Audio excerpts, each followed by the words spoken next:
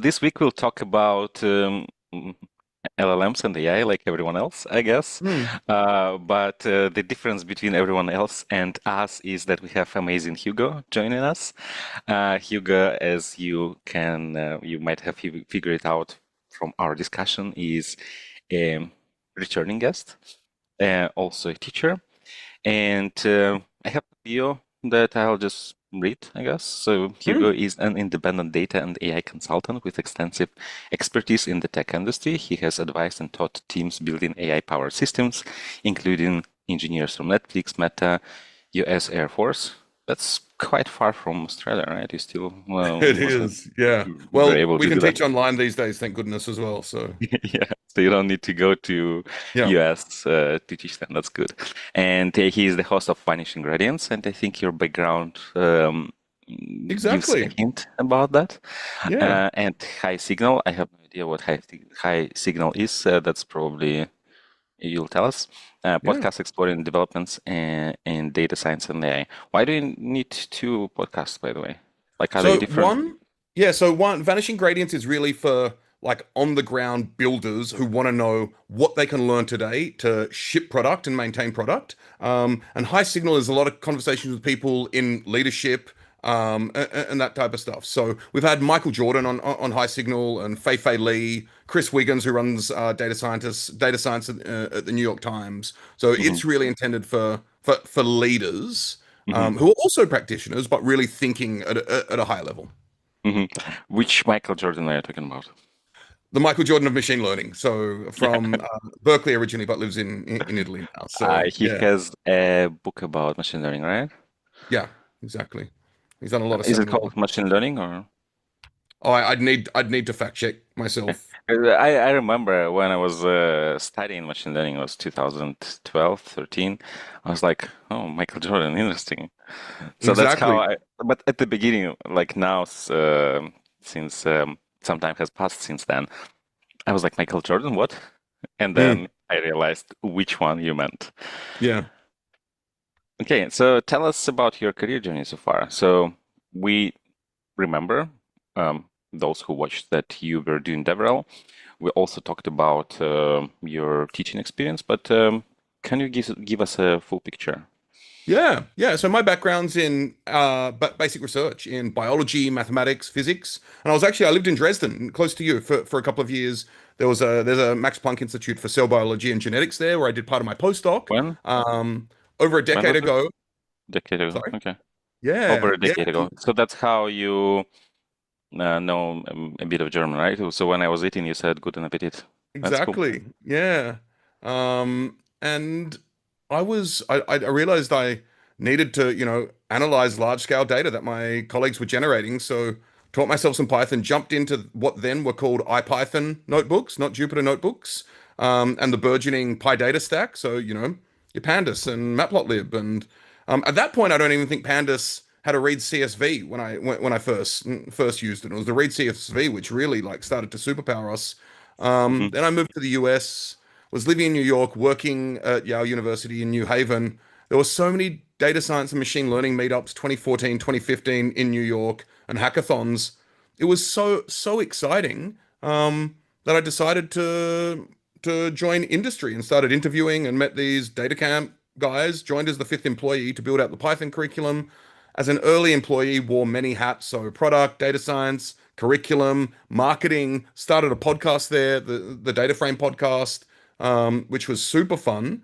And then during the pandemic, I then worked at several companies, PyData adjacent, open source tooling turned vendor companies, leading developer relations and that type of stuff. Then last year, the space became too exciting for me to feel like working on one project was enough for me. So I went freelance. I'm doing consulting, advising, teaching, DevRel, all across the board. So it's really an exciting time, and I get to collaborate and work with so many wonderful people, such as yourself now. Yeah, that's really cool.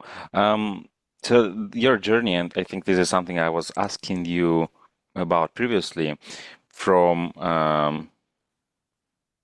your experience in academia to doing dev is pretty exciting because, like for me, doing DevRel sounds cool, because you get to teach people and receive good money for this. Mm. Because I'm originally from Russia, and being a teacher there is not always the best paid profession. So for me, like it's kind of cool that there is this opportunity for people to educate and also receive good money from IT, right? From IT sector. So this is really cool. But then since then, you switched focus to consulting. How did it happen? So it's been a few years, I guess. So A year and before a you half. No, were just a year just and a less half. than a year and a half. Yeah. So you were a DevRel at Outer Bounds. This is the Oh, company. yeah. They are doing how is it called? Like this orchestrator platform. Metaflow. Flow. Yeah, I remember Yep. it was Flow, but like with There are Flow, too many like flows. yeah, exactly. I was thinking which one of the flows Yeah. it is. So it was Yep. Metaflow. Metaflow. Uh, Exactly. so you were doing DevRel stuff there, and then what happened after that? Like you just Yeah. decide, okay, I want to consult, or Exactly. Yeah. I want to consult. I want to do a lot of podcasting. I want to do education. I want to help people ship and build product in a variety of ways. In my consulting as well, I end up doing a lot of internal training, both on a technical side, in terms of teaching people how to leverage AI to build software, but also being bubbled up to the executives, so doing executive advising and that type of stuff as well. So it is. I mean, it's a really wild time, and there's more work than hmm. I can do myself. So it's definitely exciting. What kind of work do you do? So I mean, everything from all Everything. the consulting stuff to the advising and the teaching, as well as DevRel. So Hmm. Consulting, teaching. I'm just taking notes for you for me to ask you later. Consulting, teaching, DevRel. What was the last thing? advisory stuff as well. Advisory. Well, Yeah. what's the So difference even between advisory and consulting? so in my consulting work, I really help people ship It's product and hands-on, build. right? Yeah.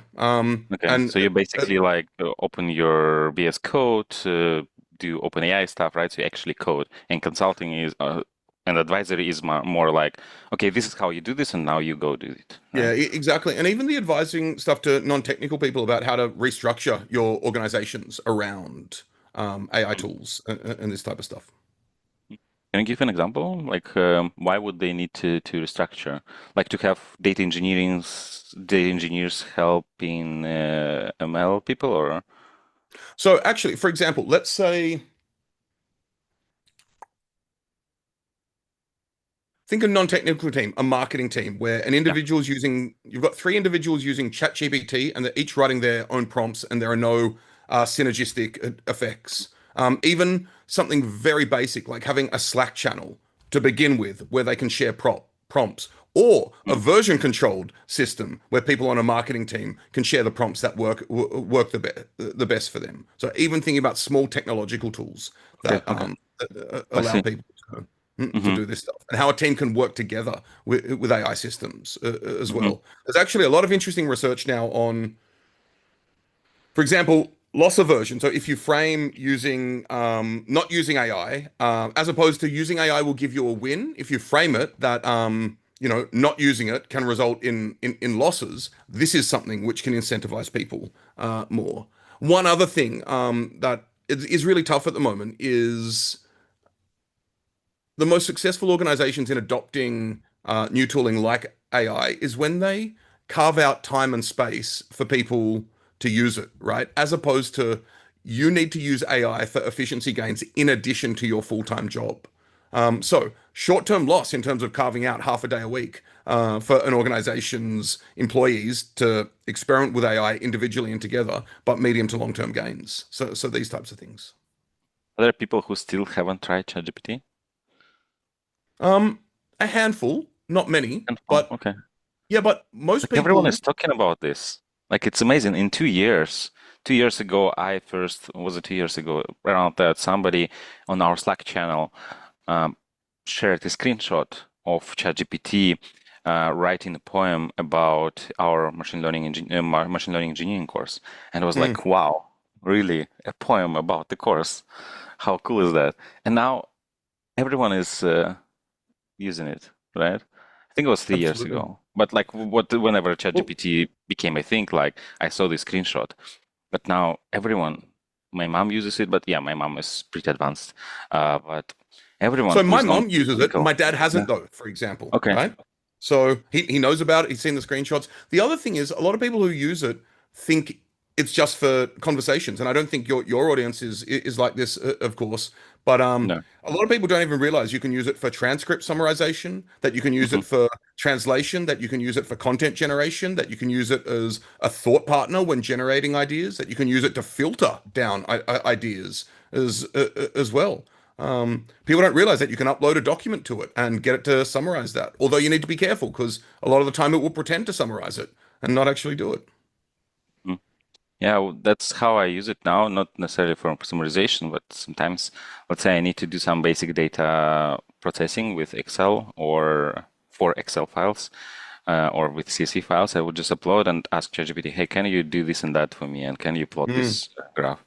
Now, like I absolutely. can do this myself, but it saves so much time. Like I don't even need to write code anymore, like for these simple Yeah. things. That's cool. Exactly.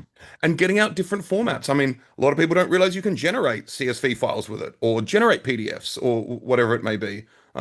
Helping people understand how to prompt as well. And I know this may seem basic, but a lot of people don't understand that if you give it a role and an objective, say you're a chief marketing officer and we're writing this campaign, which should be X, Y, and Z, something like that. Give it few shot examples, give it heuristics, right? All of these types of things.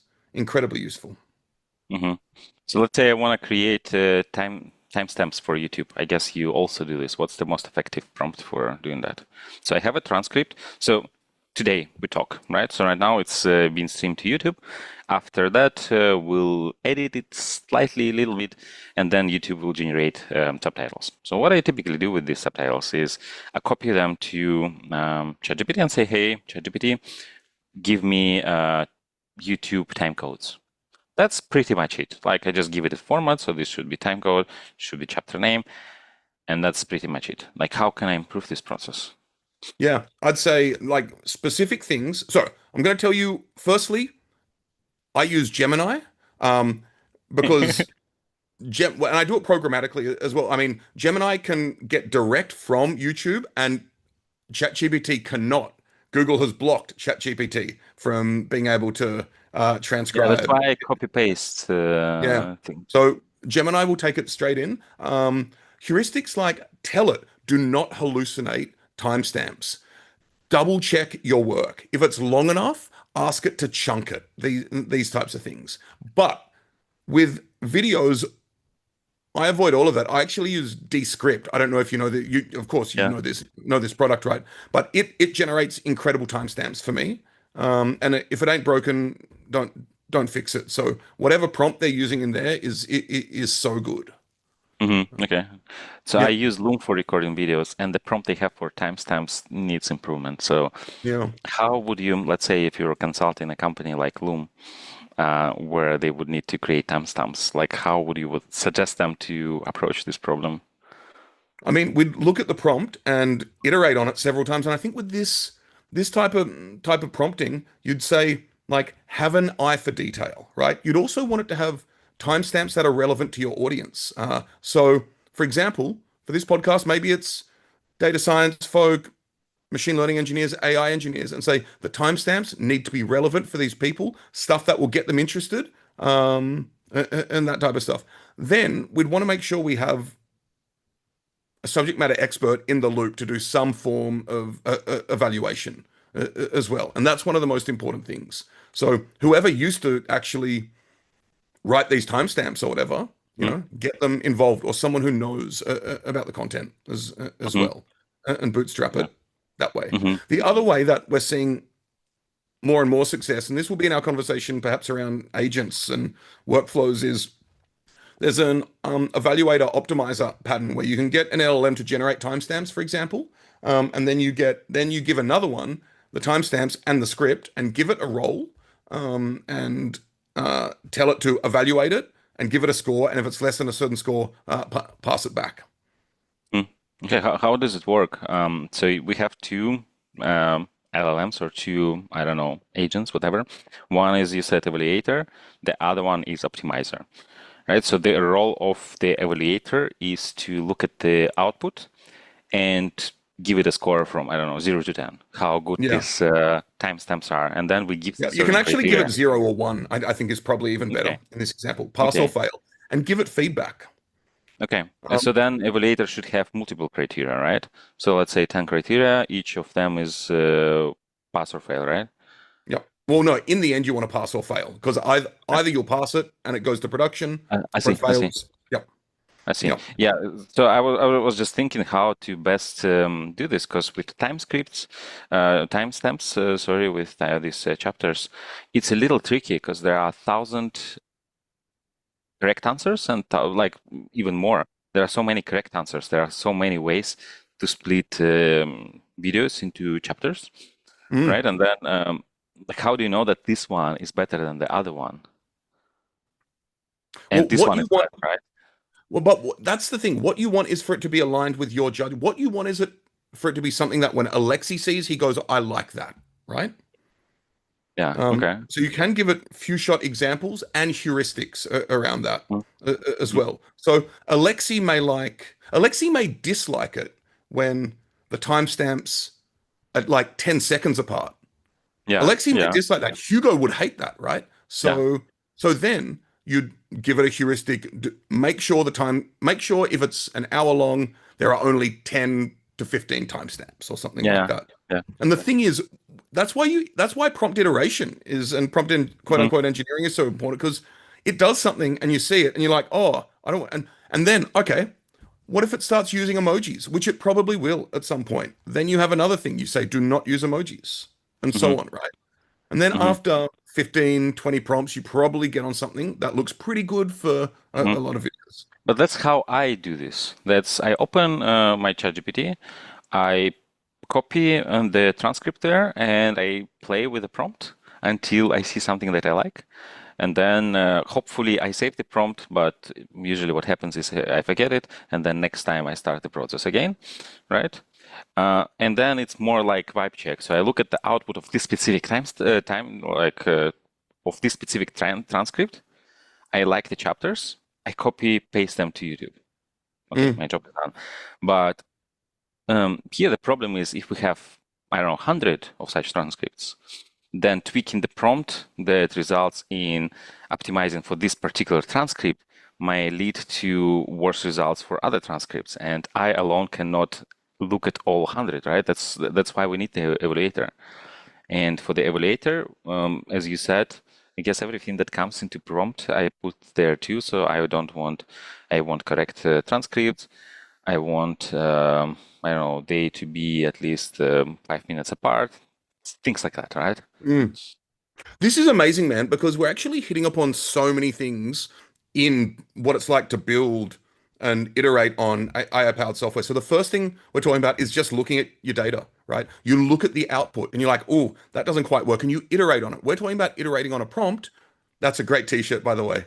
Oh Um, yeah, thank you. you talk about iterate, and we need UV at the start now, though. I think Yeah, UV pip install. UVS.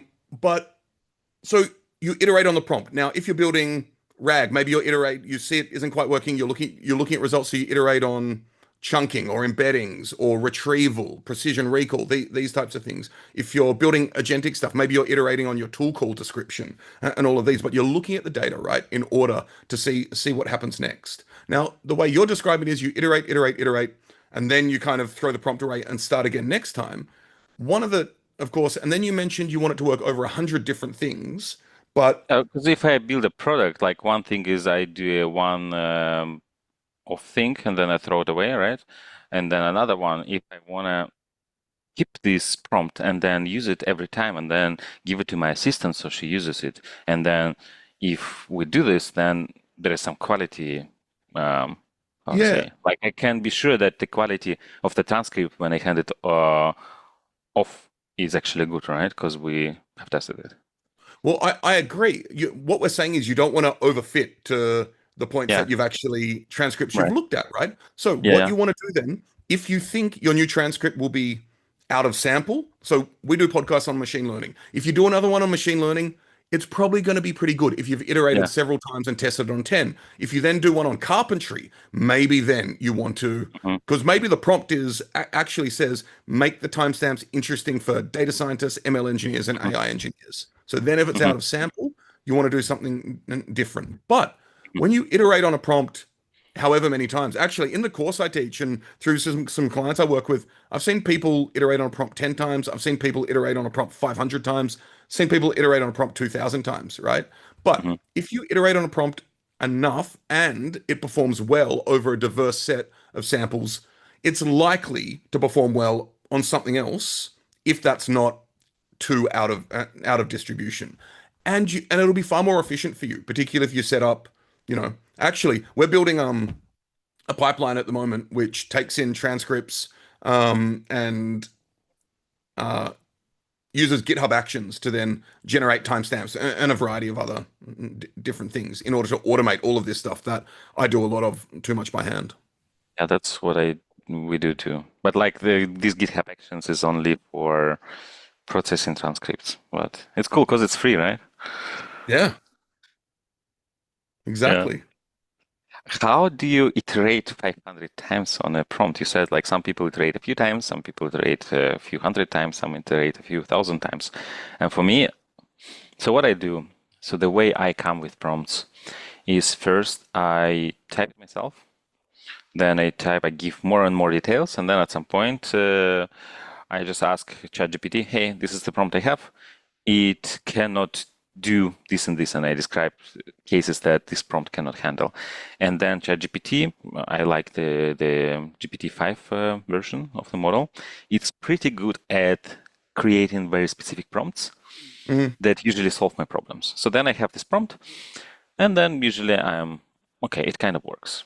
So how do you, okay, maybe it's like 10, 15 iterations at top. But like, how do I go from that to 500? Like, is it humanly possible? Yeah, it just can take weeks. Okay, okay. But this is iterating on prompts that ship SaaS software to tens or hundreds of thousands of people as well, Hmm. right? Yeah, yeah. Um, I also would encourage that there is I use LLMs to write prompts as well.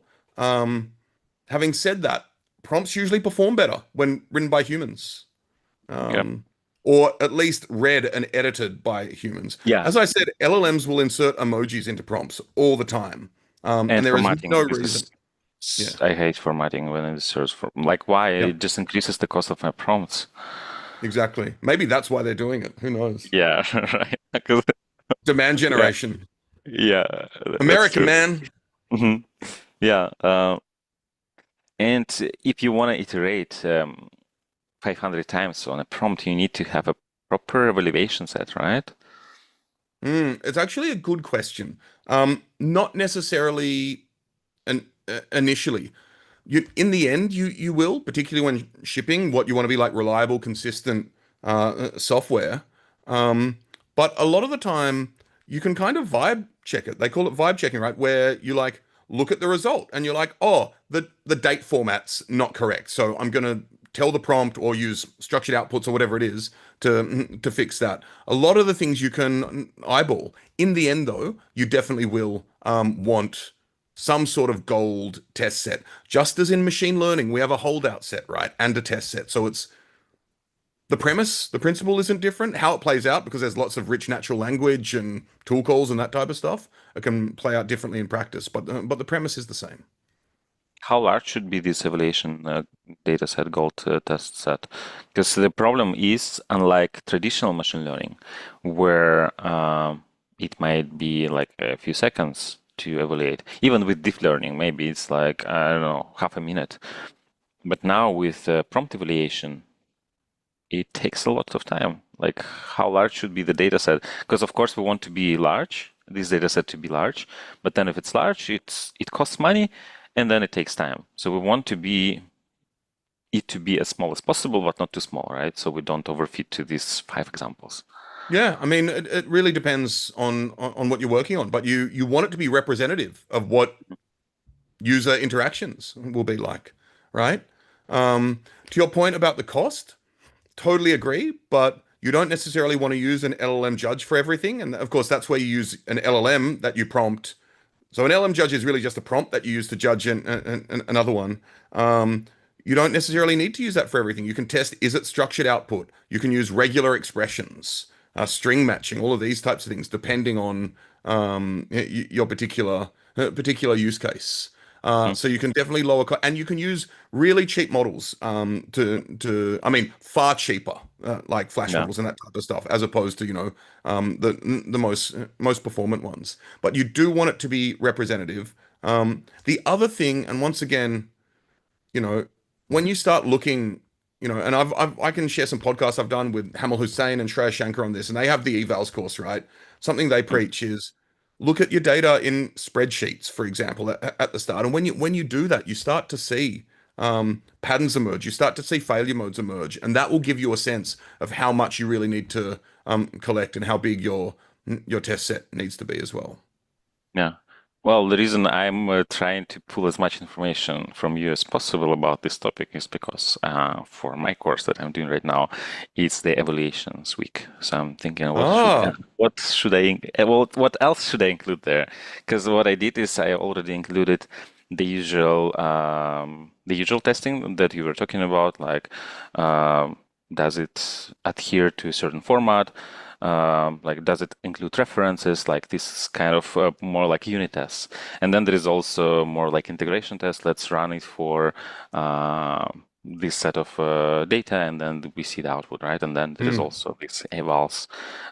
Okay, this is how our model performs. Like, out of 100 questions, 90% got relevant responses, right? So yep, things like that.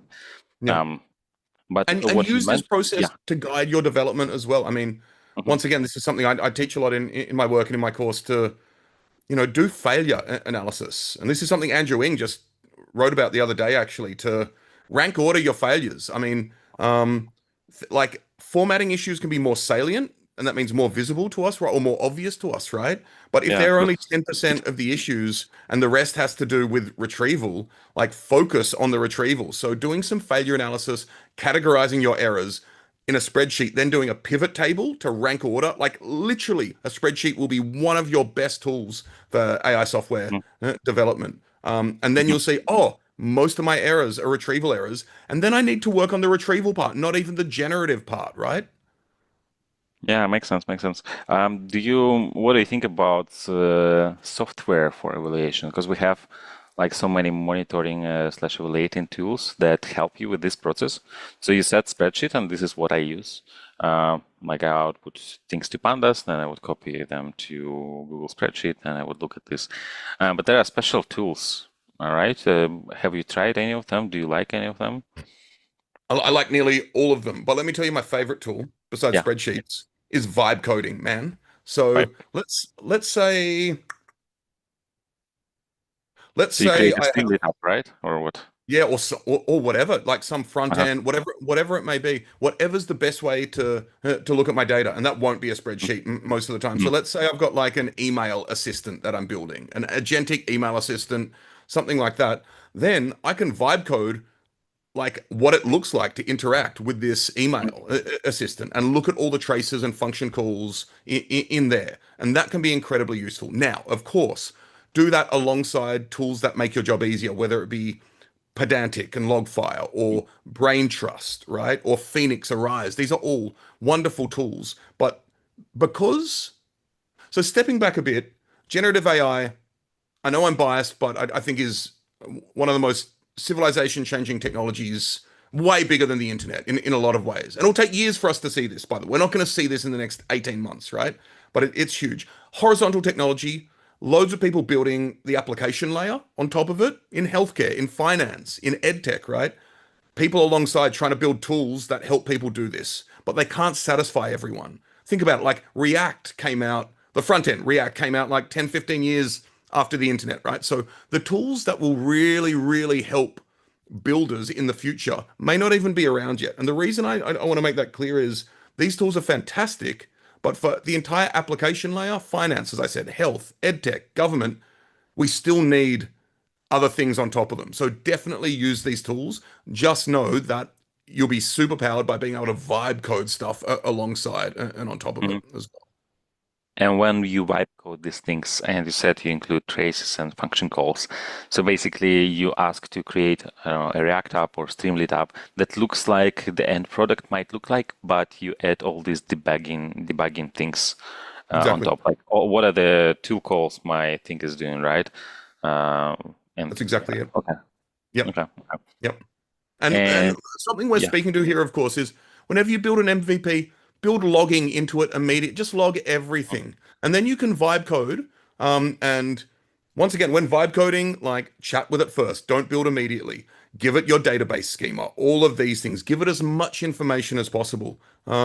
I really think like AI assistants and other people have said this are very bright, like deep, like in incredible amounts of memory, kind of ADHD-esque interns who will go and do all these things immediately and forget things that you want it to do. So my friend John Berryman, who he worked on Copilot back in the day at GitHub, he always talks about having empathy for your assistants, your AI assistants. So if you understand what its superpowers are, and what it's not great at, that can really help. So having a conversation with it beforehand, developing a product requirement doc, just one pager, reminding it what the schema of the database is, all of these things can be incredibly useful.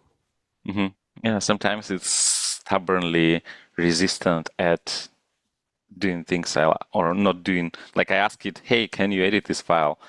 And it would not edit it. Like, I don't know. So I have to edit it myself, and then, hey, can you now edit it? And then it edits. Like, yeah. But Well, sometimes, like, it's just amazing. Like, I just edit this file, and then it turns a Jupyter notebook into an awesome Markdown file. But sometimes it just doesn't do anything. And then, yeah. totally. And we talk about hallucinations a lot. We don't talk enough about forgetting, right? And state-of-the-art tool calling, like an LLM doing something as an agent, is like 90% accurate. That's state of the art. So if you have 6 or 7 tool calls in a row, it's gonna happen 50% of the time, man. Um, Yeah, yeah.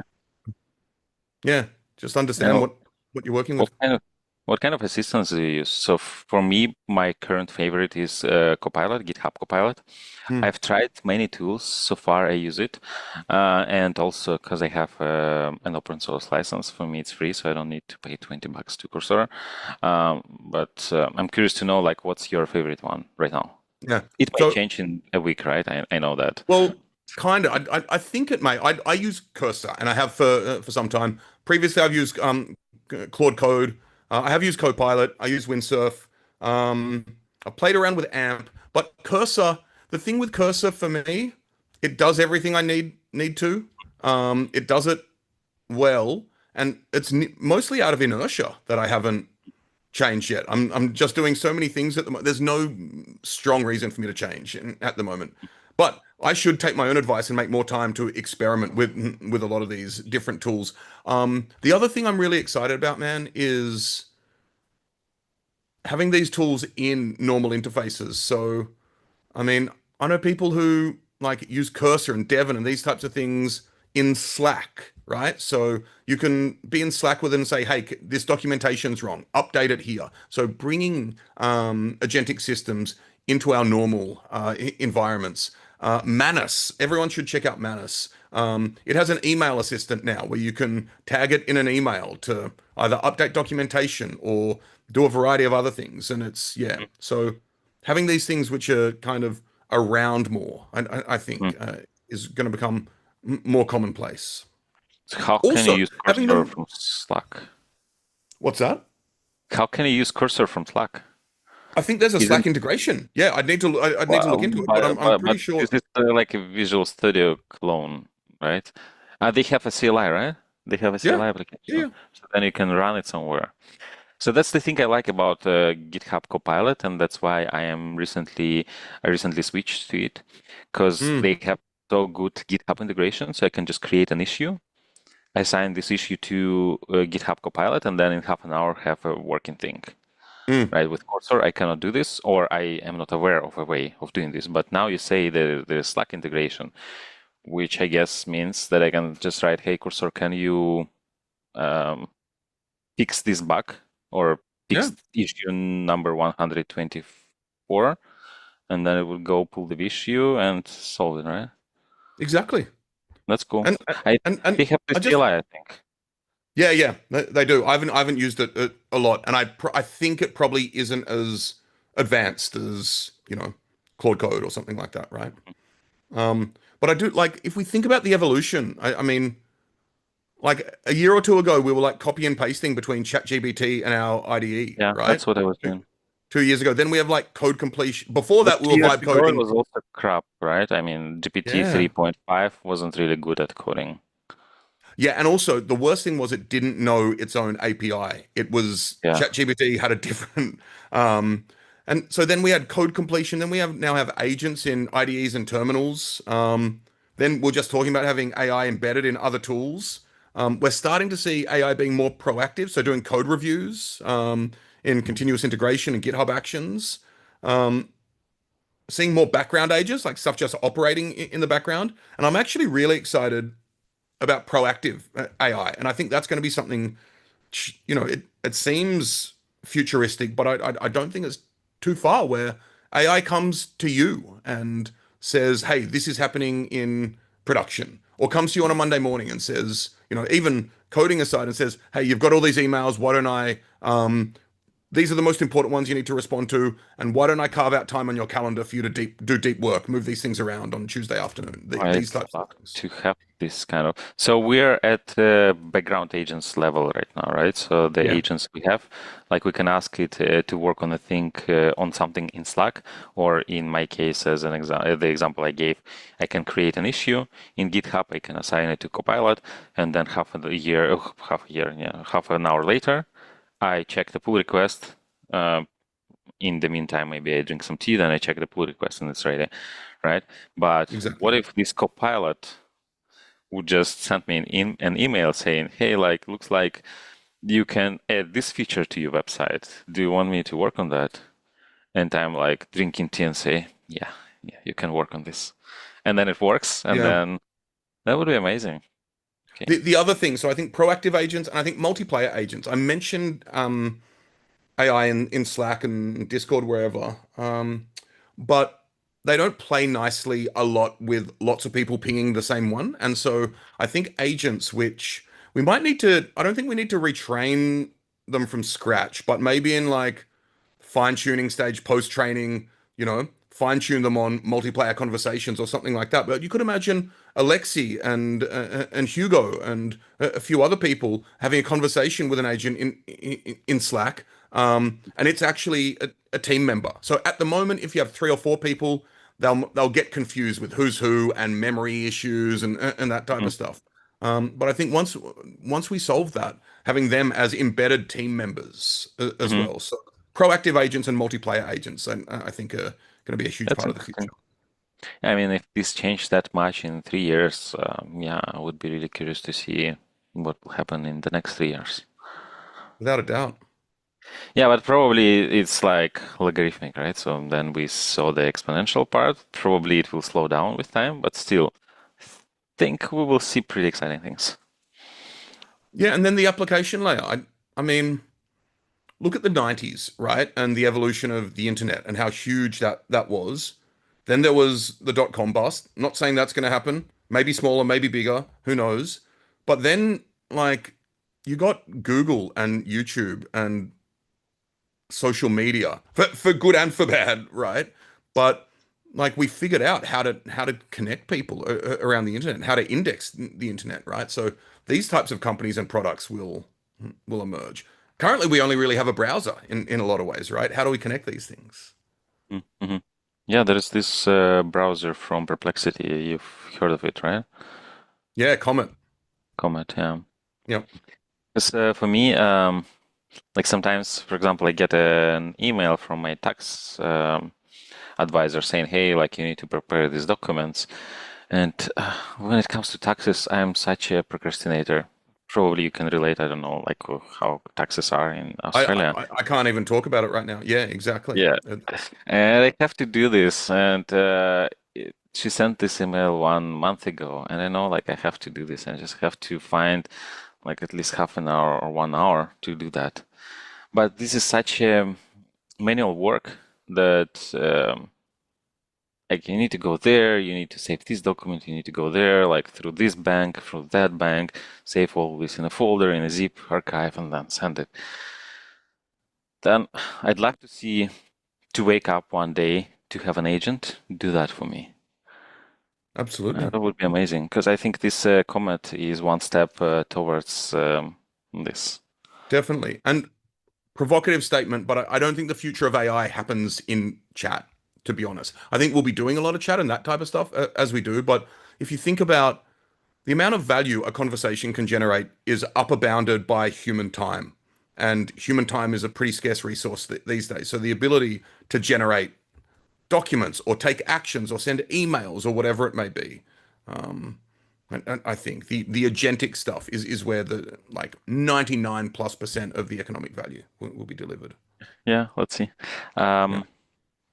So what else do you consult about? Like, what kind of applications do you build? What kind of applications you help to build your customers? Yeah. So, I mean, the main, let me tell you a story actually. The lion's share is in retrieval, to be honest, and some Retrieval. Okay. Rock. agentic stuff now. But it really comes down to level setting expectations. So this is kind of an amalgam of several customers. And it, and it's something that we wanted to talk about, which is about what I call proof of concept purgatory, which is where a lot of people get stuck, right? And one thing that keeps you there is just great ideas that don't solve problems. So, for example, an ed tech company I spoke with that they wanted to create like an all-purpose AI tutor, right? And something which could just teach everyone everything. And that was a moonshot in a lot of ways. Then we Yeah. dove into But their ChatGPT can do this, can't it? well, I mean, it definitely can appear to, right? Okay. But whether Okay. it I mean, hallucinates it's all the time, yeah, um, but it's I have used it to learn so many things. oh yeah, look, I think you're right for stuff that it's trained on for the most Yeah. part. Right. Right. But of Whereas course, if I go outside of human knowledge, then of course, or I mean, no, but even let's say, like yeah, there is some broad knowledge. I don't know, basics of chemistry, basics of electronics, basics of I don't know, German. I was learning German with ChatGPT. Um, but when it comes to like advanced level PhD stuff, then probably it's lacking, right? It cannot do research on its own, or can it? But I mean, well, they probably, can search the internet. They have search tools, but a not insignificant proportion of the time they'll say they searched the internet and they actually didn't, and they'll hallucinate something. And even on like not basic knowledge, but like college third year, you know, let's say algebraic representation theory in math or something like that, right? Like it will make things up. It will okay. also make things up when you ask it about like Euclid's elements, right? Or Platonic solids. You'll say, what are the Platonic solids? I Um, have no idea what you, is that. so it's when Plato was like, there's like a rectangle, triangular pyramid, these types of things. So it's like geometric shapes. Okay. A not insignificant proportion of the time, it will just make one up and say this is Uh-huh. another shape, right? So I don't think ChatGPT is at that level yet. Okay, But so what you're talking about is visual stuff, right? So it's not there yet when it comes to visual things. oh no, I it can't do arithmetic as well. Like, Okay, yeah, right. so I mean, there are so many things there are Yeah, so many okay. failure modes at ChatGPT. I Hmm. wouldn't trust it as an all-purpose tutor. Okay, Um, okay. yeah. And so anyway, this edtech company creating an all-purpose AI tutor and app like total moonshot. We jumped into their support tickets and noticed 20% of customer tickets were in which class is this particular lesson, or can I learn about this, right? So, as it turns out, instead of building something super That's rock, flashy, right? yeah, if you build a simple RAG bot, iterate it on it several times, have some good chunking embeddings, nice interface, you solve 1 in 5 of your customer tickets, right? Hmm. So a lot of the things are relatively unshiny and unsexy, but it delivers business value immediately, as opposed to some new generative AI strategy. So helping people understand that they have business problems that they can solve in the coming weeks and months using these technologies instead of creating something super flashy. Is chunking solved problem, or we still have no idea how to chunk documents properly? Um,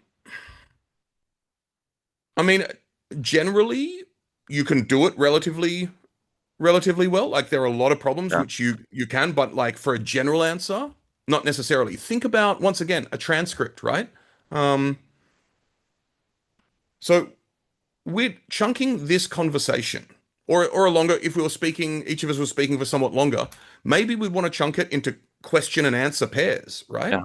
Yeah. Or maybe we want to chunk it into question, Alexia's question and Hugo's answer, right? Hmm. As opposed to if it was a 5-person conversation, maybe we want to chunk it in particular topics first or something like that.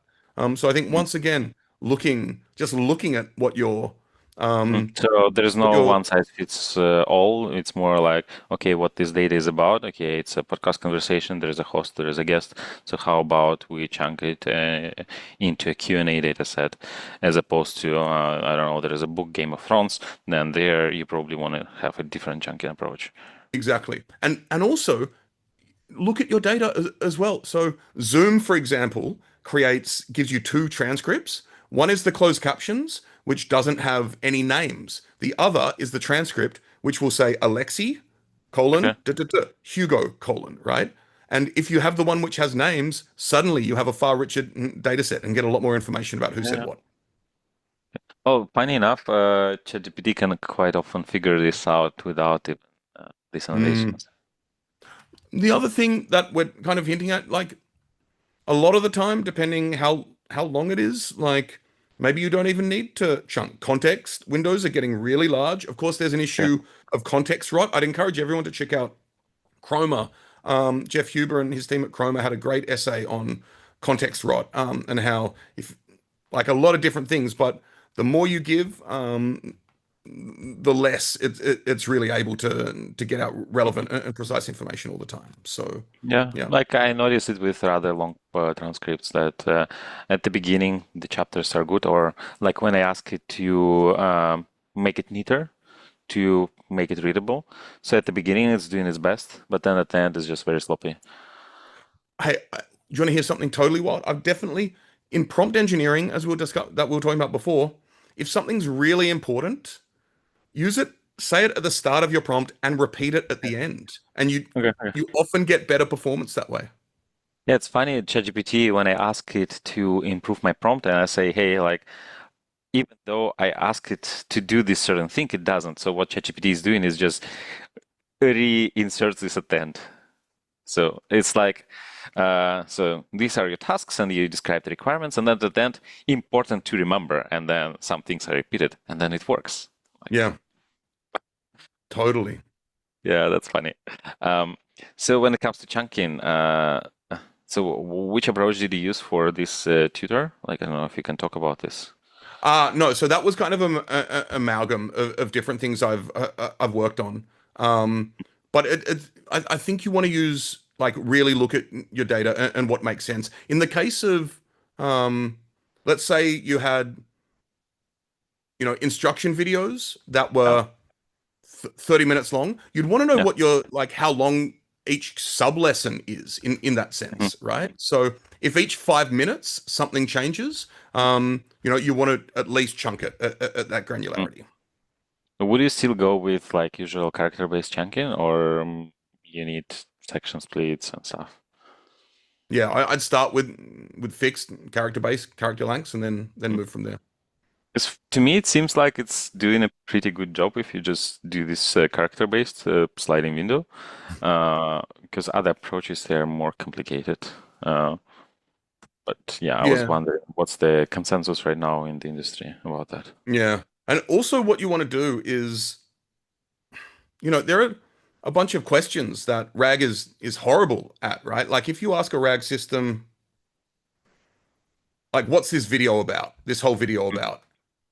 and it's chunked, right? Like it's not going to tell you that. It's looking for a Yeah. particular chunk. Or if you ask RAG, what are the top three things, what are the top three techniques used in this video, and how can I learn more about the third one, right? Mhm. Um, Yeah. so this is one time where I tell people to start, using agents, and I am skeptical of the use of agents when trying to build reliable user-facing software. But Hmm. even if you like have a tool call that's a summarization tool or something like that, it can immediately answer the first Hmm. question: what is this whole thing about? It Hmm. can have a summary.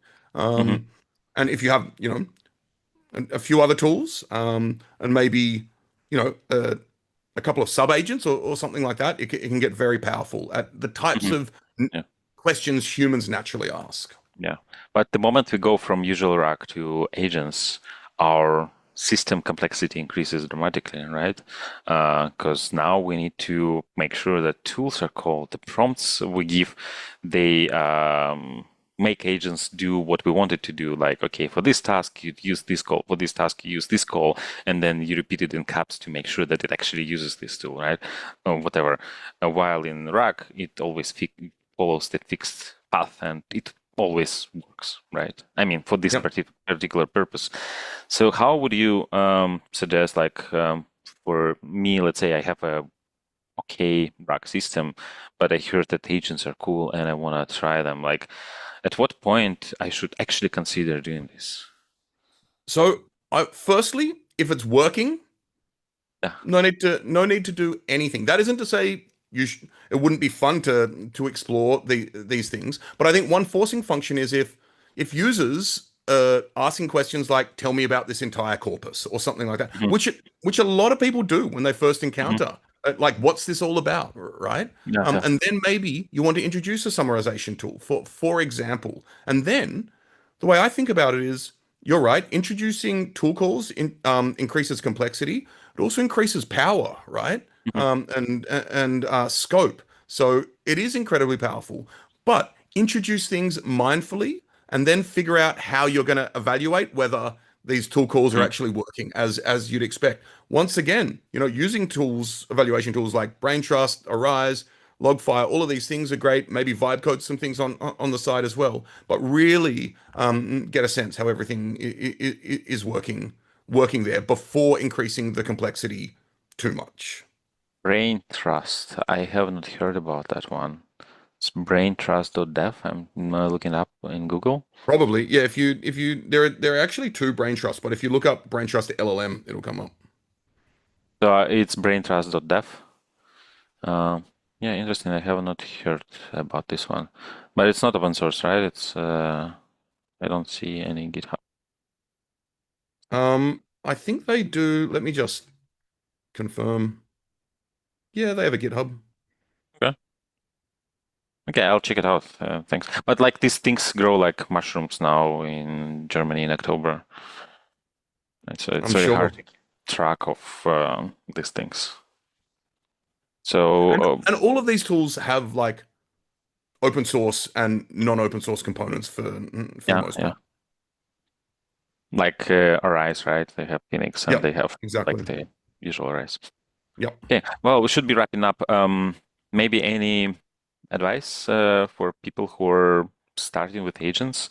What would be the like what you would recommend them to do? What is the top number one thing that they should think about when building agents?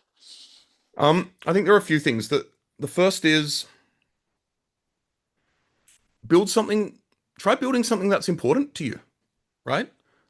So for example, if you're overwhelmed by emails, right? Um, Plug in to your Gmail API and start clustering and classifying your emails and in terms of priority, that type of stuff. Use some basic machine learning to do that, and then perhaps build Is it something that is it will. easy to connect to Gmail through Yeah, API? yeah, Okay, absolutely. oh, Yeah, that's cool. I have yeah. not thought about that. Yeah. Cluster and classify your emails. And then maybe you can even do some fun machine learning stuff where you try to prioritize them and then iterate on that, build up a gold data set of that. Then perhaps connect it to another LLM, which will generate a response that it sends to you to look at to then email on, for example. Um, So what I would like to have right now as you speak is a system that looks at my unread emails and suggests an answer or two, Yeah, three answers to that emails. fantastic. I'd very much encourage you to do that. So, but that's It would be so personal. There, cool. Like there are so yeah. many emails that I just procrastinate Oh, on dude, replying. Because maybe I saw this email when I was on a bus and I'm from my phone and it's hard to type for me, right? And then if the exactly. system knowing me, knowing what I would reply to this, would just generate me three options, then probably 50% of the time I would already just send these options. Yeah, exactly. Yeah, if And anyone so is building this, please reach out to me. totally. And to your point as well, if you want to generate transcripts or generate creative copy, all of these types of things, start building things that you want to build and that are important to you and solve problems for you or your business. In terms of building so that's where to find a problem. There are lots of problems you can try to solve everywhere. Then how to do it, start small, start very gently scoped, use an LLM, perhaps then introduce some memory if you need it, some tool calls, some retrieval if these things are important. Add a few tool calls and then start looking at the results you get and start to get a sense of what's working and what isn't, and start to build out some sort of evaluation data set. Of course, go and play with all the fun frameworks like Crew AI and whatever else it may be. Small agents at Hugging Face is great, but I think the challenge there is that you can't necessarily introspect into your system and everything that's happening internally. So the three things I think, or let's say four things. Find a problem that's meaningful to you. So that could be the email one, right? Yeah. Then start small, get an LLM, add some tool calls, maybe add some memory, whatever it may be. Three, look at your data.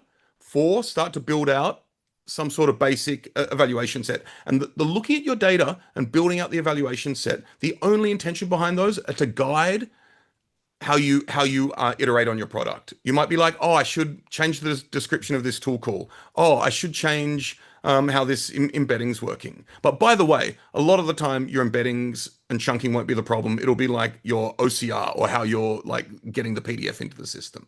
Mm. I'd be remiss if I didn't also say if you want to learn a lot more about these things, I also teach a course building AI applications for data scientists and software engineers, and I'd love to offer your community 20% off, so I can share the link for that as Yeah, well. please do. Yeah, maybe a last thing, because you mentioned something that I want to get a quick reply from you. I don't know if you covered this in your course. You said think of introducing memory, and this is something I haven't personally experimented with. So Mm. the way I included memory so far was through some sort of RAG. Is this how people do this? And where can I read more about adding memory Ah, agents? it's a great question.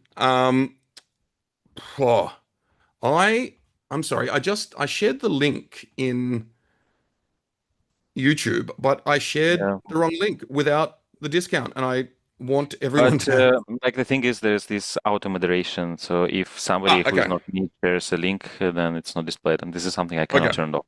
yeah, It's fair enough. YouTube. So please send to me in chat I can now share and it with I'll you in in Zoom. Yeah. Zoom.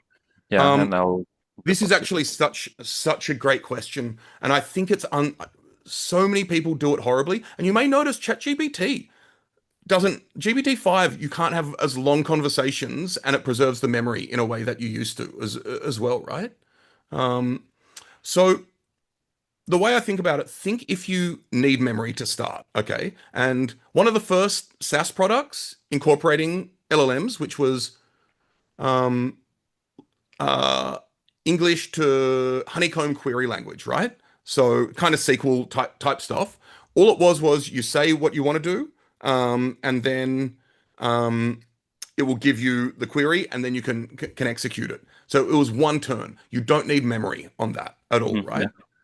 So memory essentially is when you start wanting to have a conversation with Yeah. something.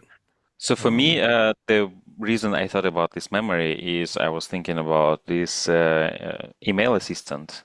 It would need to know what I replied in certain cases, and then probably it's solved by indexing entire all the replies, and then look mm, at something similar, right? Would it be memory? I guess it would be, but No, maybe there are well, smarter ways of doing yeah, it. funnily, not in this specific. It is memory, but to your point, you do that via retrieval. Okay, so that's something already stored. When I talk about memory, I talk about in a specific conversation, right? Okay, okay, So okay. remembering when you chat with, let's say, a travel assistant, you're like, "Hey, Yeah. I want to book a hotel," and it says, "Here are the options for the hotel," and you say, "Which is the cheapest?" It Mm. should remember that you're talking about a hotel, right? Right, right. So this Um, is okay. I thought memory across conversations. No, no. So there's that. That's another challenge as well. But even memory within conversations, and Okay. one way to do that is just to give it the entire conversation so far. For Yeah, short conversations, that's fine. works. Yeah, Um, but for longer conversations, then you can start using sliding windows, for mm, example, right? yeah, But then it doesn't remember, what happened, whatever's past the sliding window. yeah. Another way to do it is a short sliding window, and then have an agent actually that controls the memory, and its job is to make sure you retain all the relevant information for some definition of relevance. So there are lots of different ways to work on it and think about memory in multi-turn conversations, but it's challenging. And on top of that, evaluating multi-turn conversations is gets pretty tough. So the question then becomes, do you like how long do you want these conversations to be in a product? Yeah, okay. I think we should be wrapping up. Like I have so many questions to ask you, but we Well, we only should have chat 1 hour. again soon Yeah, then. we should. We And should. We should. yeah, We should. I'd love to chat about like even doing some teaching or running a workshop together or something sometime. I think that could be super fun. That could be. My son wants attention, like he's making sound, Well, so you I should gotta you go. should Yeah. definitely So definitely thanks go. a lot, Hugo. I like the idea, so let's catch up. Maybe in half a Fantastic. year. So we don't need to wait for 3 years or whatever to do Exactly. that.